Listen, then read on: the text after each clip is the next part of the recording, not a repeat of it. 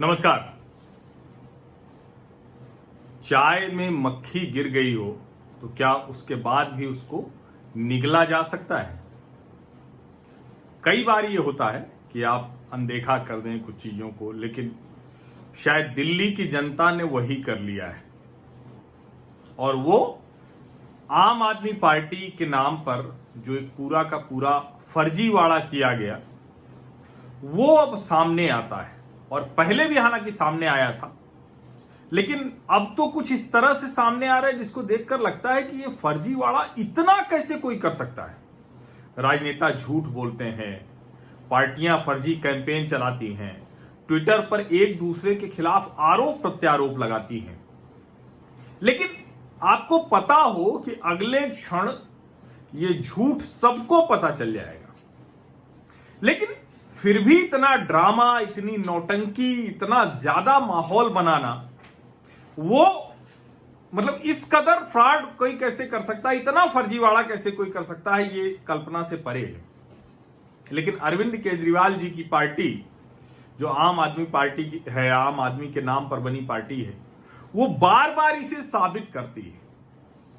और ताजा जो उदाहरण आया है सामने, वो उदाहरण आया है दिल्ली में दुनिया का सबसे बड़ा 10,000 बिस्तरों वाला कोविड केयर सेंटर बना है। 10,000 बिस्तर हैं वहां उस अस्पताल में, और दिल्ली में वो बना है। और वो कहें कि दुनिया का सबसे बड़ा है। 10,000 बिस्तर कहीं एक साथ बने नहीं है। निश्चित तौर पर अगर दिल्ली सरकार ने ये कमाल कर दिखाया होता, ये चमत्कार कर दिया होता, तो आज दिल्ली देश में नहीं दुनिया में एक मॉडल के तौर पर देखा जाता। लेकिन दिल्ली की सरकार ये नहीं कर पाई। दिल्ली की सरकार ने अपने जो अस्पताल थे उसमें बिस्तरों का इंतजाम वो नहीं कर सकी, और इसकी वजह से दिल्ली की सीमाओं को सील करने का राजनीतिक ड्रामा किया, नौटंकी की। जो ऐप बनाकर कहा कि हम सब कुछ एकदम ट्रांसपेरेंट कर देना चाहिए, ये एक बड़ी आदत है। आम आदमी पार्टी ने एक नया तरीका सीखा है कि सब ट्रांसपेरेंट। कितना ट्रांसपेरेंट कि वो नीली वाली वैगन आर तो आपको याद ही होगी ना, मफलर बांधे अरविंद जी नीली वाली वैगन आर की भूल गए आप लोग। खैर, राजनीति में जनता भूलती बहुत जल्दी है, और इस स्मृति लोप का लाभ राजनेता लेते रहते हैं, और अरविंद जी इसके महारथी हो गए हैं। दिल्ली चुनावों के समय मैंने आपको बहुत कुछ बताया था, लेकिन शायद मेरी बात आप लोगों तक नहीं पहुंची। उसकी बड़ी वजह यही थी कि विकल्प कोई नहीं था। दिल्ली में अरविंद केजरीवाल के सामने मनोज तिवारी जैसा बहुत हल्का विकल्प था, बहुत कमजोर विकल्प था भारतीय जनता पार्टी की तरफ से। और कांग्रेस तो कहीं थी ही नहीं, वो लड़ाई ही नहीं लड़ रही थी, वो अलग तरीके की राजनीति कर रही थी कि चलो ठीक है, जो बचा खुचा होगा वो हम पा जाएंगे, उसी में प्रसन्न रहेंगे। राजनीति में बचा खुचा पा जाने से कोई राजनीति नहीं होती। ये आपने सोचा कि चलो इनकी लड़ाई होगी, हम बचा खुचा पा जाएंगे, तो ये बिल्लियों की लड़ाई में बंदर का फायदा नहीं होता है, ये समझना चाहिए। और कांग्रेस को समझ में आया चुनाव के बाद, जब 4% वोट रह गए उसके, 4% मात्र। 100 में 4 लोग ही जिन्होंने मतदान किया, उसमें सिर्फ 4 लोग हैं जो कांग्रेस पार्टी के पक्ष में। इससे रसातल में कहां पार्टी जाती। और यह सब इसीलिए हो गया क्योंकि अरविंद केजरीवाल ने एक माहौल बनाने में सफलता हासिल कर ली।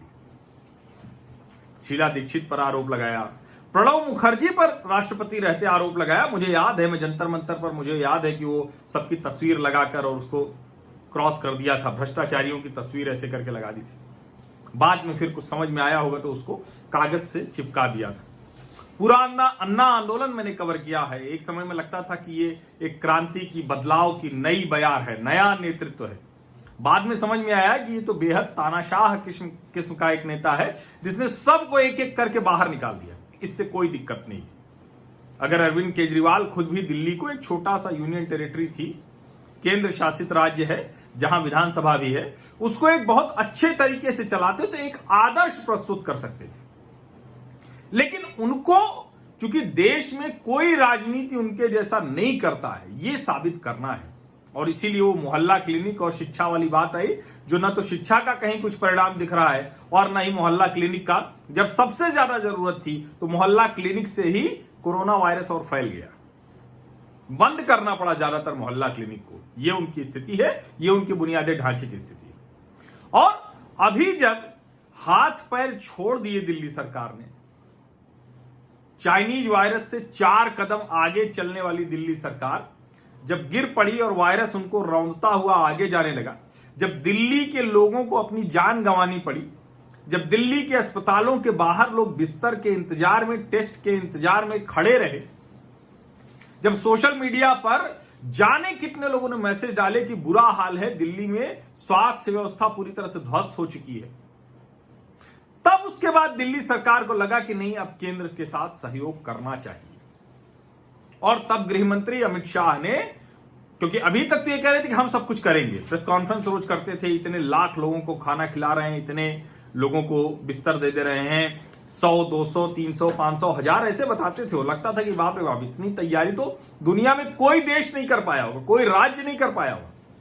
बाद में समझ में आया कि तैयारी नहीं थी, वो सिर्फ बयानबाजी थी, जिसके उस्ताद होकर आम आदमी पार्टी के लोग दोबारा प्रचंड बहुमत में आ गए। दिल्ली की जनता ने उनको चुना है, तो इसलिए उसमें कहीं कोई दिक्कत नहीं है आप, लेकिन आप दिल्ली के मुख्यमंत्री हैं, दोबारा चुने गए मुख्यमंत्री।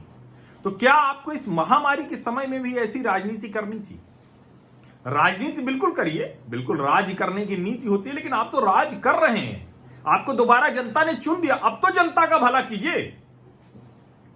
लेकिन आपकी पार्टी के सांसद संजय सिंह, जिनके बारे में जिन्होंने झूठ बोला और उनके सुल्तानपुर से लेकर दिल्ली तक की लोग कुंडली खोल के बैठ गए।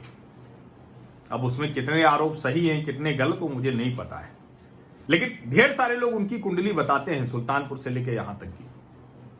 और संजय सिंह इतना खुलेआम झूठ बोलते हैं कि केंद्रीय गृह मंत्री अमित शाह चोरी चोरी चुपके चुपके जाके उद्घाटन कर रहे हैं, और बाकायदा एक पोस्टर तैयार होता है और सोशल मीडिया कैंपेन की जाती है कि सरदार पटेल के नाम पर भाजपा सरकार ने यह मूर्ति बनाई, दिल्ली सरकार ने कोविड केयर सेंटर बनाया। अब ये सब जब वो बता रहे थे, तो बाद में अरविंद जी अमित शाह जी के साथ ही दिखते हैं, तो चोरी चोरी चुपके चुपके या तो दोनों गए। और कमाल की बात कि उसके बाद पूरी की पूरी आम आदमी पार्टी कैंपेन में जुट गई और ये पोस्टर बढ़ाया जाने लगा। थोड़ी देर बाद दोनों तरफ से आने लगा, लेकिन मुझे जो कहें कि इसमें सबसे ज्यादा बुरा लगा, राधा स्वामी सत्संग व्यास, जो एक धार्मिक, हिंदू धार्मिक गतिविधियों वाला एक केंद्र है, एक समूह है, एक संगठन है, उसने अपनी जमीन, अपना स्थान दिया। कैसे दिया? प्रधानमंत्री नरेंद्र मोदी से राधा स्वामी सत्संग व्यास के प्रमुख की बातचीत हुई थी। उन्होंने प्रस्ताव किया कि हम देश भर में कहीं भी हमारे जो केंद्र हैं राधा स्वामी सत्संग व्यास के, हर जिले में, हर शहर में बहुत बड़ी जमीन है उनके पास, वहां वो सत्संग करते हैं, प्रवचन करते हैं। उन्होंने कहा कि उसको आप कहीं भी ले सकते हैं। अब अच्छा होता कि इस प्रस्ताव को, ये सब होने के पहले, जब दिल्ली की सीमाएं सील कर रहे थे कि हमारे दिल्ली के अस्पताल भर जाएंगे, तो उसी वक्त उन्होंने ये कर लिया होता। लेकिन चूंकि क्षमता नहीं है, योजना नहीं है, सिर्फ क्रेडिट खाने की एक आदत है, केंद्र शासित राज्य होने से उसका अवसर भी मिल जाता है, एक शातिर राजनीति भी करने को मिल जाती है, इसलिए उस वक्त शांत रहे, केंद्र की शरण में गए। और अमित शाह ने जब हर हॉस्पिटल, हर अस्पताल, हर जगह का निरीक्षण शुरू किया, टेस्टिंग बढ़ा दी, और सारी चीजें जब दुरुस्त होने लगी और ये बनकर 10,000 बिस्तरों वाली सुविधा तैयार होने लगी, तो ये काम अरविंद केजरीवाल ने फिर से शुरू किया, जिसको कहते हैं कि मक्खी देखते हुए चाय पी जाना। और उन्होंने सोचा कि ये किसी को पता नहीं चलेगा, लेकिन ये सोशल मीडिया का समय है, संचार क्रांति का समय है। और अमित शाह भी कोई ऐसे राजनेता तो है नहीं, वो भी बहुत चतुर राजनेताओं में, बहुत कमांडिंग पॉलिटिशियंस में माने जाते हैं। और उन्होंने जमीन पर, जब अरविंद केजरीवाल से प्रेस कॉन्फ्रेंस कर रहे थे, उन्होंने जब कमान संभाली तो वो अस्पतालों में जाके लोगों से मिलने लगे, स्टाफ से मिले, लोगों से मिले, कॉन्फिडेंस बढ़ाया। और ये जो फैसिलिटी तैयार हुई है, ये आप 24 तारीख का एक ट्वीट देखिए, आज 27 तारीख है, ये 24 तारीख का ट्वीट देखिए। ये आईटीबीपी का ट्वीट है जिसमें उन्होंने बताया है, देखिए ये आईटीबीपी के जवान हैं जो आपको मेरी स्क्रीन पर दिख रहे हैं, ये बाकायदा उस कोविड केयर सेंटर को तैयार कर रहे हैं। इससे पहले भी जब अरविंद केजरीवाल ने चिट्ठी लिखकर कहा था कि हमें ये फैसिलिटी, तब भी अमित शाह ने बताया कि 3 दिन पहले ही तो बैठक में सब तय हो चुका है। जमीन राधा स्वामी सत्संग व्यास की, 30,000 बेड और पिलो रेलवे का, ढेर सारी सुविधाएं केंद्र सरकार की, उसकी व्यवस्था वहां नर्सिंग, डॉक्टर, आईटीबीपी का जो गृह मंत्रालय के अधीन आता है। इसके अलावा दिल्ली सरकार का क्या है? दिल्ली सरकार का बयान है, दिल्ली सरकार के मुख्यमंत्री का यह बयान है कि हम तो सबसे सहयोग मांग रहे हैं और सब देखिए सहयोग कर रहे हैं। जरा सा भी एक बार शर्म नहीं आती कि इस तरह की राजनीति कैसे की जा सकती है।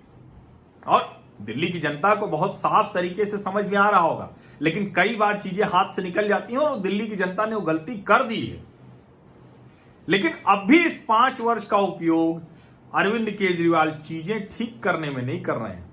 महामारी के समय में भी सबसे घटिया राजनीति इसी सरकार ने की है। देश भर में इतनी खराब राजनीति किसी ने नहीं की। महाराष्ट्र में अगर हालात बिगड़े तो वहां मुंबई जैसी जो डेंस सिटी है, धारावी जैसी जो एशिया की सबसे बड़ी झुग्गी बस्ती, वो भी है।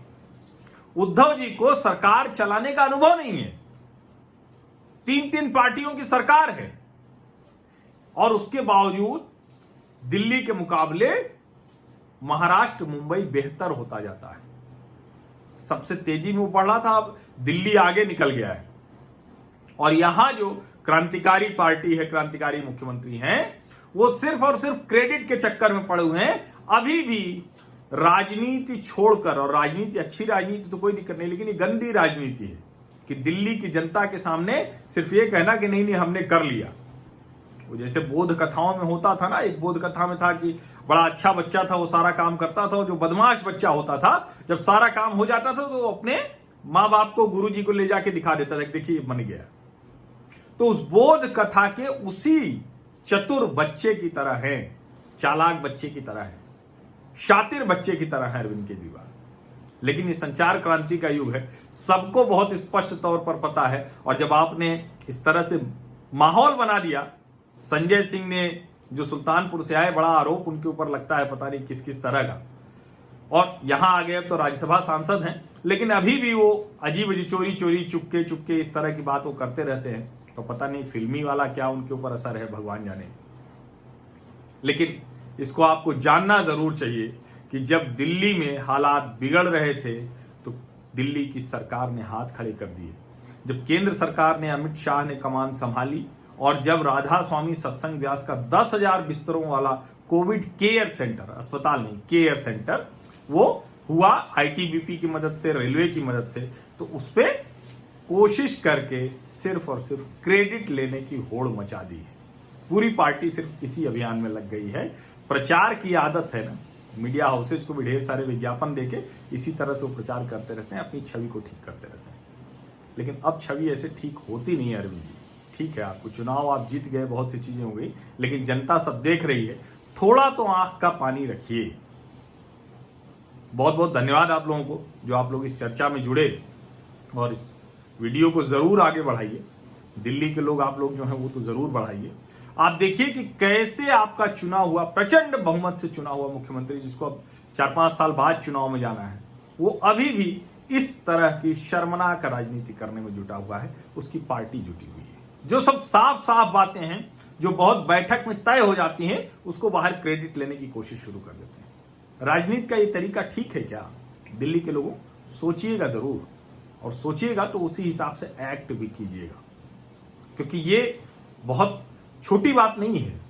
कि महामारी के समय में इस तरह की राजनीति हो रही है। और ये वो सरकार जो कह रही थी कि हम वायरस से 4 कदम आगे हैं, जो कह रही थी कि हम दिल्ली में लाखों लोगों को खाना खिलाते हैं, जो कह रही थी कि हम अस्पताल हमने इतने बेड तक का इंतजाम कर दिया है, इतने तक की चुनौती के लिए हम तैयार हैं, जो सरकार दिल्ली की सीमा को सील कर देती है, जो सरकार संघीय ढांचे पर चोट करती है, जो सरकार एनसीआर के पूरे मूल संरचना पर चोट कर देती है। सोचिएगा जरूर दिल्ली वालों, क्योंकि आप सोचते नहीं है, आप देश में सबसे ज्यादा प्रति व्यक्ति आय वाले हैं और मुफ्त बिजली पानी पर आप वोट दे देते हैं।